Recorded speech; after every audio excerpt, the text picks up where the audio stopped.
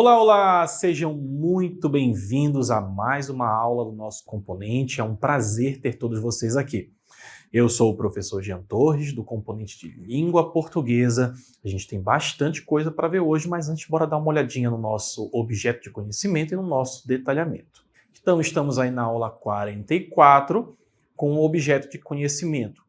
Construção composicional, estilo, gêneros de divulgação científica. E lá no nosso detalhamento nós temos finalidade, elementos constitutivos, recursos textuais e discursivos, marcas linguísticas, recursos verbais e não verbais, informação, vocabulário técnico e pontos de vista. Então tem bastante coisa aí para a gente ver, vamos trazer textos, exemplos, conceitos, tudo aquilo que a gente já está acostumado. Então vamos para a nossa aula.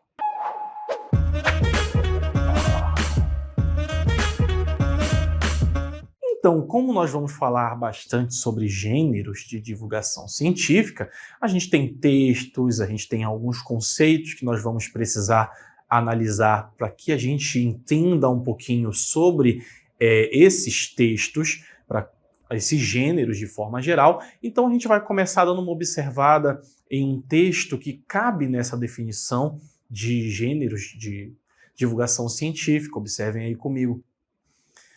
Aqui a gente tem uma estrutura textual que lembra bastante uma revista. Então, parte do que a gente conhece sobre esses gêneros de divulgação científica partem por esses elementos, por esses formatos. Temos aqui uma notícia, a gente vai ler ela com calma, mas a gente vai ler ela em formato de cartela para que a gente não tenha que forçar muito a vista na leitura dessas letras pequenas. Aqui a ideia é que vocês consigam entender um pouquinho desse formato. E esses tipos de texto geralmente apresentam esses elementos de linguagem verbal. A gente pode ver aqui, né, que nós temos a linguagem verbal, letras, palavras, essa organização em língua portuguesa, assim como nós temos também esses elementos não verbais, visuais, que tem tudo a ver, que tentam fazer um destaque juntamente com esse texto e trazer mais clareza para o meu leitor. A ideia da divulgação científica é que eu aproxime do público esses elementos, trazendo justamente esse aspecto visual, assim como a informação de forma clara, objetiva, com uma linguagem acessível. A gente já entendeu aqui o nosso formato, bora dar uma olhadinha no nosso texto, que fala aí: avanços éticos e direitos humanos na ciência moderna. Então, olha lá, à medida que a ciência avança e desvenda os mistérios do universo, é crucial refletir sobre os valores éticos, os direitos humanos e a cidadania que guiam essas descobertas. Nos últimos anos, há um crescente reconhecimento da importância de incorporar considerações éticas e respeito aos direitos humanos em todas as áreas da pesquisa científica. Então, num primeiro momento, trazendo esse elemento do avanço tecnológico, ao mesmo tempo que ele vem acompanhado desse elemento ético, ou seja, pensar nesses avanços tecnológicos ao mesmo tempo respeitando questões de direitos humanos e respeitando outras questões que têm a ver com os valores prezados pela humanidade. Vamos continuar no nosso texto. Um exemplo marcante desse movimento é a crescente preocupação com a ética na pesquisa com seres humanos. A comunidade científica reconhece a importância de proteger os direitos e a dignidade dos participantes de estudos científicos, garantindo o consentimento informado, a privacidade e a confidencialidade dos dados. Essas medidas éticas são essenciais para garantir que a pesquisa científica seja realizada de forma responsável e respeitosa. Então, trazendo esse elemento da humanidade, trazendo essa relação com os direitos humanos, ao mesmo tempo que funciona como essa ideia de divulgar cientificamente aquilo que está sendo anunciado nos jornais, aquilo que está sendo anunciado nas revistas científicas, trazendo para um aspecto prático, mas ao mesmo tempo já tentando gerar essa discussão do que é válido e o que não é válido dentro do que é preciso pesquisar. Então, ética, direitos humanos, misturado aí com essa ideia de ciência no que elas podem se ajudar. Perfeito? Vamos continuar o nosso texto.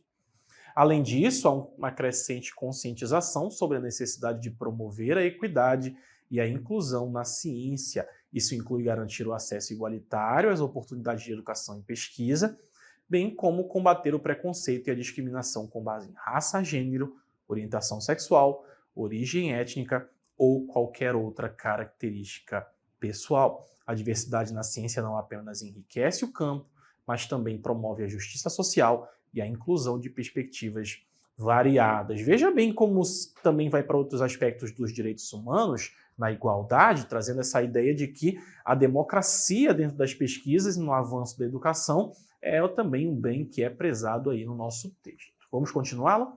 Outro aspecto fundamental é a responsabilidade social da ciência. Os cientistas têm o dever de considerar as implicações éticas de suas pesquisas e tomar medidas para mitigar quaisquer efeitos adversos sobre a sociedade e o meio ambiente, trazendo aí também a questão ambiental, né? Isso inclui abordar questões como o uso responsável de novas tecnologias, os impactos socioeconômicos de descobertas científicas e a sustentabilidade dos recursos naturais. Então veja como até a linguagem, por mais que ela seja uma linguagem formal, ela traz esse elemento de acessibilidade, não usando muitos termos técnicos, ao mesmo tempo trazendo elementos que funcionam muito bem dentro da lógica científica, inclusive da divulgação da ciência. É importante a gente atentar para todos esses tópicos que são levantados nessa discussão e extrair que existem vários campos dentro desses estudos de ciência e o que pode ser levado em consideração em relação a direitos humanos, que também vão para um aspecto ambiental, por exemplo, a ver com raça, com etnia, com sexualidade, tudo isso dentro do campo científico e do que pode ou não pode, perfeito? Bora continuar nosso texto? Além disso, é importante reconhecer os direitos humanos fundamentais em todas as etapas do processo científico.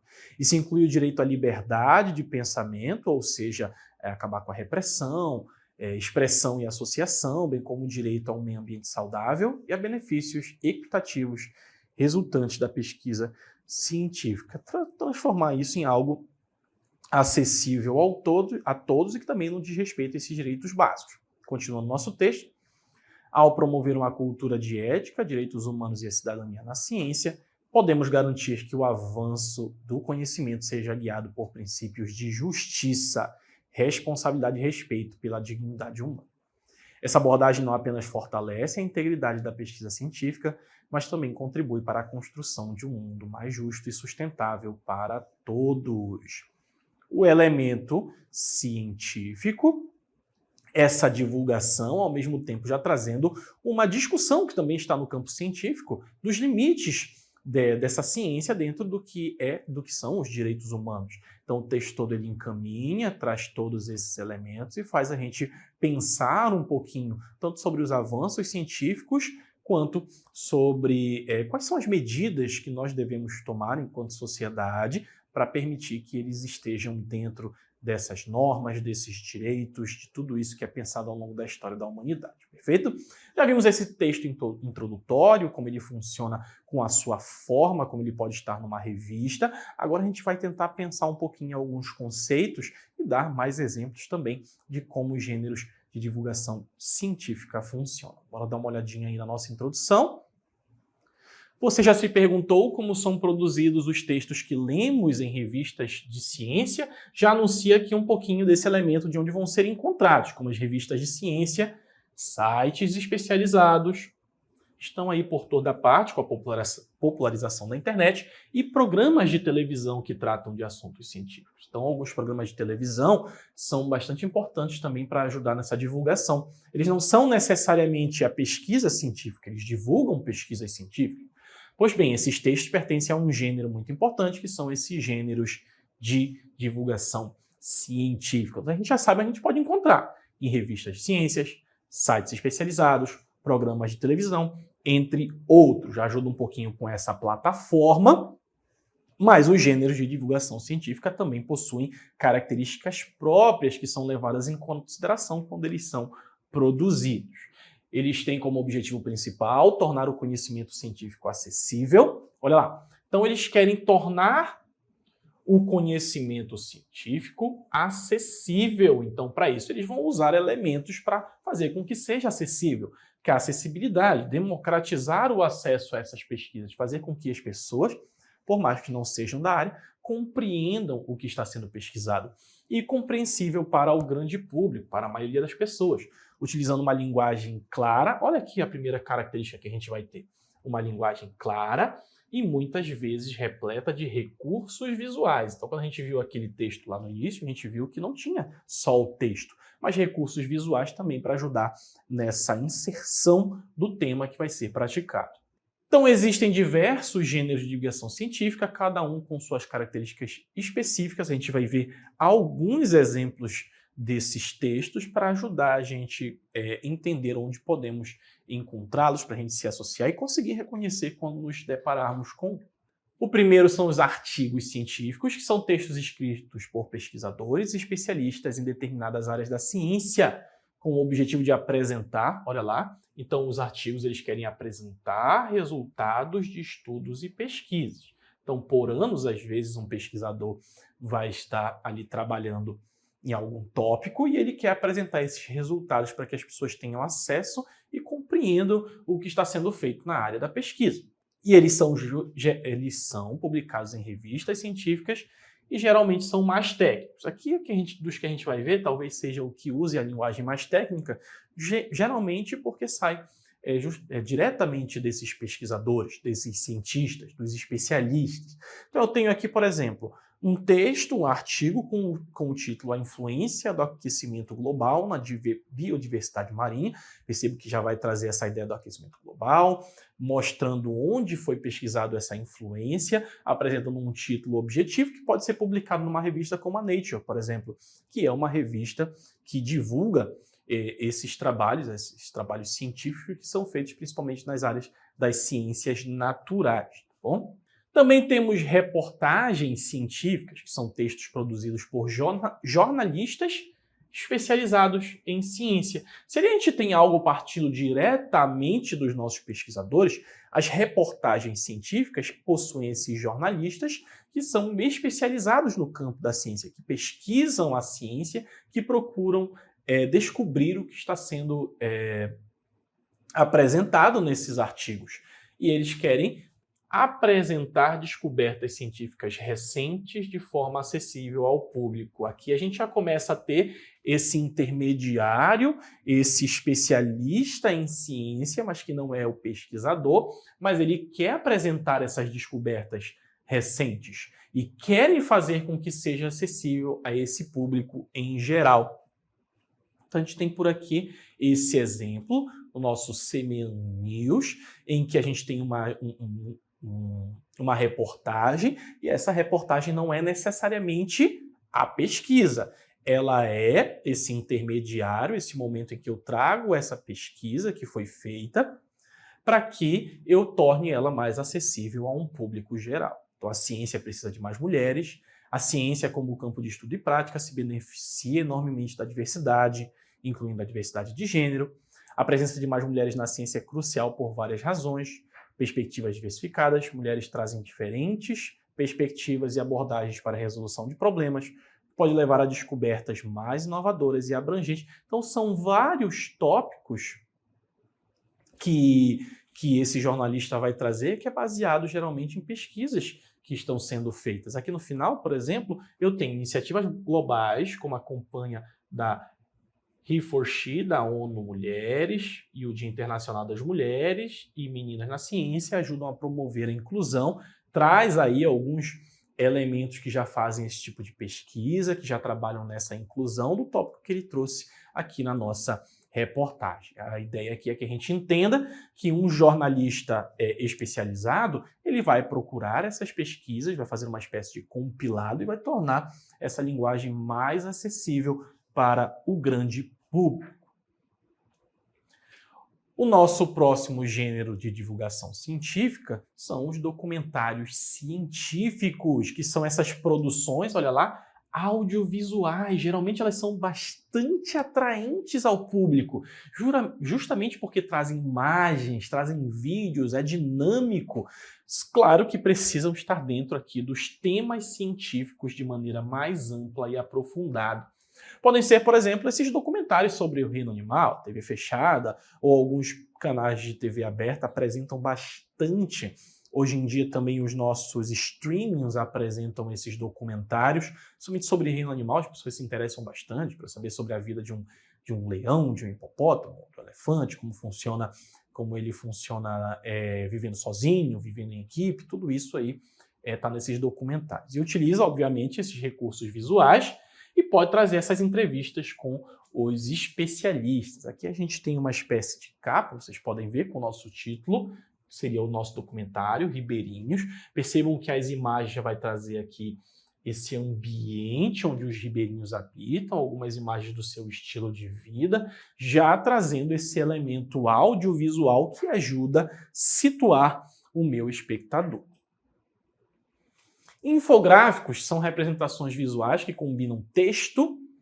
Olha só, representações visuais, então mais um que vai juntar esses elementos verbais e não verbais, que vão combinar o texto, imagens e gráficos. Então a gente tem texto, já falamos, imagens, aqui a novidade são os gráficos.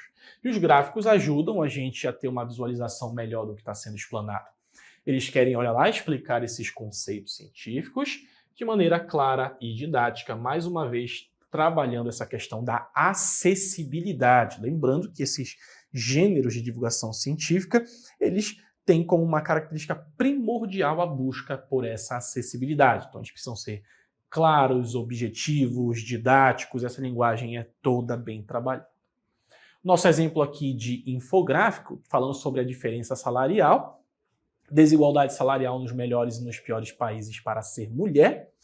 Também nós temos aqui esse asterisco que fala da fonte, olha aqui a nossa fonte, ou seja, trazendo de alguma pesquisa que foi feito e transformando nesse elemento mais lúdico, em que eu tenho as imagens dos países com as bandeiras, eu tenho aqui esses meus gráficos com os dados, eu tenho essas representações da legenda, tudo isso para facilitar a visualização pelo meu leitor, no caso, né?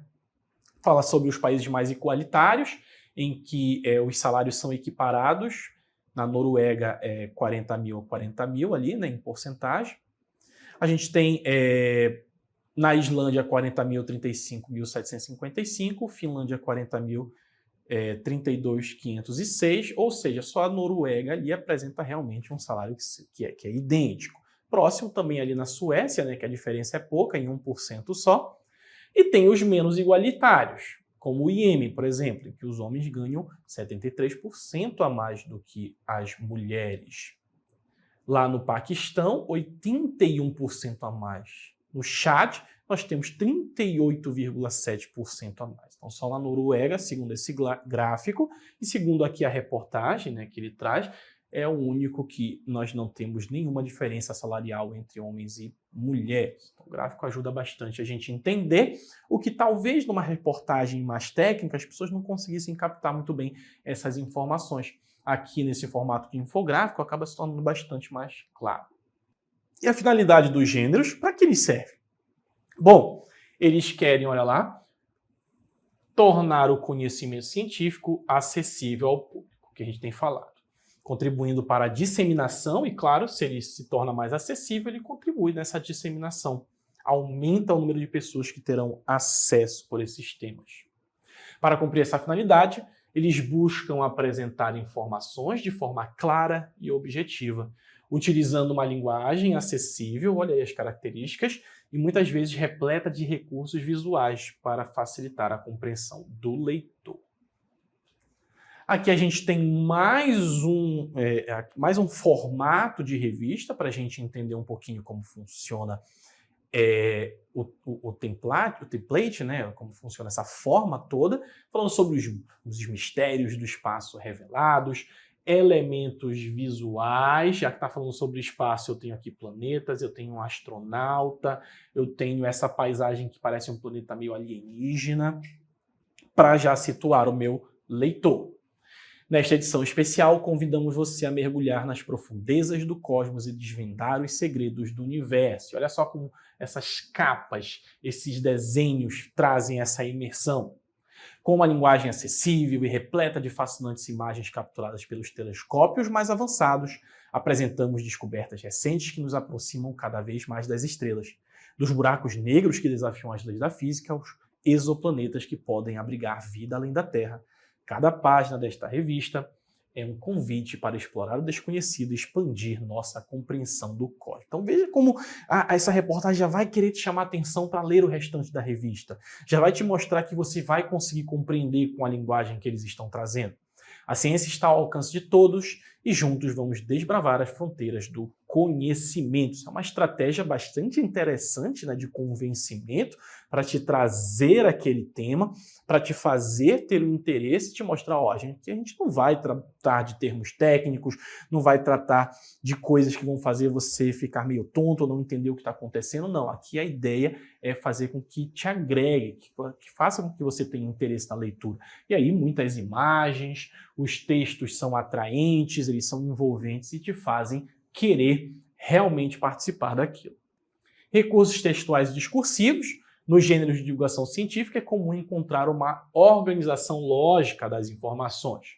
Ser mais despojado na linguagem não quer dizer desorganização. Então vai ter a introdução do tema, vai ter essa apresentação de dados e as conclusões que, se for intermediado por um jornalista, por exemplo, ele pode apresentar as conclusões do que ele leu. O uso de exemplos, casos práticos, analogias, tudo isso é bastante interessante dentro desses recursos textuais nesses tipos de gênero. Recursos visuais, como imagens, gráficos e infográficos, também são amplamente utilizados para enriquecer o conteúdo e torná-lo mais atrativo. Tem aqui direitos humanos, tudo que você precisa saber para viver em sociedade.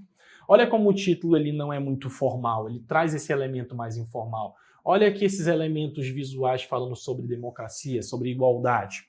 Então, nesta abordagem sobre direitos humanos, convidamos você a refletir sobre o poder transformador da empatia em nossas vidas e comunidades. Buscamos não apenas transmitir informações, mas também inspirar a reflexão e o engajamento do leitor. Então, trazer o tema, mas também te fazer pensar sobre ele. Assim como as células de um organismo. Olha aqui essas comparações que dissemos que teria. Assim como as células de um organismo vivo se comunicam e cooperam para garantir seu funcionamento harmonioso, a sociedade humana também pode prosperar quando cultivamos a empatia e a solidariedade entre seus membros. Convidamos você a construir pontes de compreensão. Olha esse elemento aqui,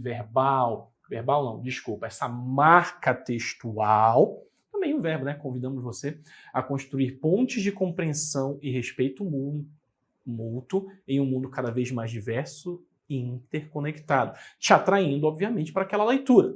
Juntos podemos criar uma sociedade mais justa, inclusive compassiva para todos. É ao mesmo tempo te convidando para a leitura, mas também te convidando para a reflexão e para a ação, para mudar alguns problemas na sociedade, transformando ela numa sociedade mais justa. Olha aí as marcas linguísticas de recursos verbais e não verbais. Na linguagem dos textos de divulgação científica, é comum encontrar o uso de linguagem figurada, por exemplo, e recursos estilísticos para tornar o texto mais interessante e envolvente para o leitor.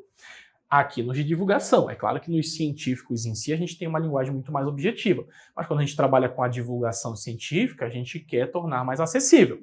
Então, metáforas, comparações e personificações são exemplos de figuras de linguagem que podem ser utilizadas nesses contextos. Além disso, o uso de recursos visuais, e aí nós temos novamente a ideia das imagens e dos gráficos, completa o texto e ajuda a transmitir informações de forma mais clara e impactante. Olha aqui um exemplo, o cidadão na era digital, então traz esses elementos próprios das conversas digitais, virtuais, né? Um bom cidadão defende o direito humano para todos, mas um bom cidadão digital defende os direitos humanos e acesso à internet para todos. Trata os outros com respeito e não pratica bullying. O bom cidadão digital trata outros com respeito na internet e não pratica o cyberbullying.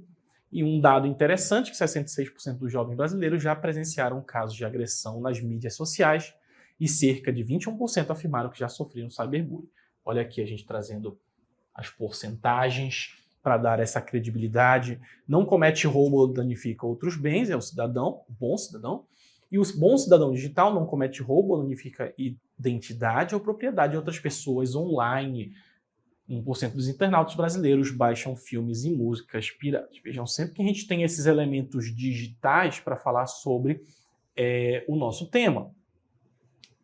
Comunica-se de forma clara e respeitosa ao bom cidadão, e o bom cidadão digital toma decisões responsáveis quando está conversando com alguém online. 6 milhões de jovens reportaram que receberam imagens sexualmente sugestivas de alguém que estavam conversando online. O bom cidadão almeja uma educação acadêmica e desenvolve hábitos para a aprendizagem ao longo da vida. O bom cidadão digital usa ferramentas digitais para desenvolver suas habilidades e aumentar seu conhecimento. O bom cidadão gasta e controla seu dinheiro de maneira responsável. O bom cidadão digital faz compras online com responsabilidade e protege suas informações de pagamento. Cybercrime faz 28 milhões de vítimas no Brasil todos os anos. Sempre com dados, não é verdade? O bom cidadão defende os direitos humanos de privacidade, liberdade de expressão. E o bom cidadão digital defende direitos humanos de privacidade, liberdade de expressão também. O bom cidadão protege a si mesmo e os outros contra danos. O digital protege informações online que possam causar danos. Mais um dado, 90% dos brasileiros conectados à internet compartilham dados pessoais. E o bom cidadão busca equilíbrio para a saúde física e mental. E o digital limita o uso indevido de produtos eletrônicos. Jovens brasileiros passam mais de 6 horas por dia online. Então, elementos visuais que ajudam a nos situar, esses verbais que trazem os dados, tudo isso, infográficos, são importantes nesses gêneros. Informação, vocabulário técnico e pontos de vista. Então, os textos de divulgação científica fornecem informações sobre descobertas, teorias e avanços científicos, muitas vezes, olha só, acompanhados de exemplos concretos e casos práticos, justamente para trazer essa credibilidade. O vocabulário técnico é utilizado de forma a tornar o texto preciso e específico, mas sempre acompanhado de explicações para garantir a compreensão do leitor. Então, não quero só falar, eu também quero garantir essa compreensão. Quanto aos pontos de vista, os textos podem apresentar diferentes perspectivas sobre determinado tema, estimulando o pensamento crítico e a reflexão crítica do leitor. Como é que a gente pode ver isso aqui na prática? Mais um texto simulando aí uma revista com aqueles elementos visuais que tem tudo a ver com o nosso tema. No caso aqui, desvendando os mistérios da genética da teoria à prática. Bora dar uma olhadinha aqui no que esse texto diz. Neste artigo, exploraremos os recentes avanços na área da genética e seu impacto na compreensão da hereditariedade e da saúde humana. Ao longo do texto, investigaremos mutações genéticas específicas. Olha só como a gente pode ter aqui esse elemento mais técnico, como o gene BRCA1, associado ao câncer de mama. E claro, essa explicação, né, de que ele é associado com o câncer de mama. E examinaremos casos práticos de terapias gênicas bem-sucedidas, como o tratamento da anemia falciforme. Olha aqui o vocabulário técnico apresentado de novo. Por meio da edição de genes. Falaremos sobre polimorfismo genético e recombinação homóloga para elucidar os mecanismos subjacentes à herança genética e à manipulação do DNA.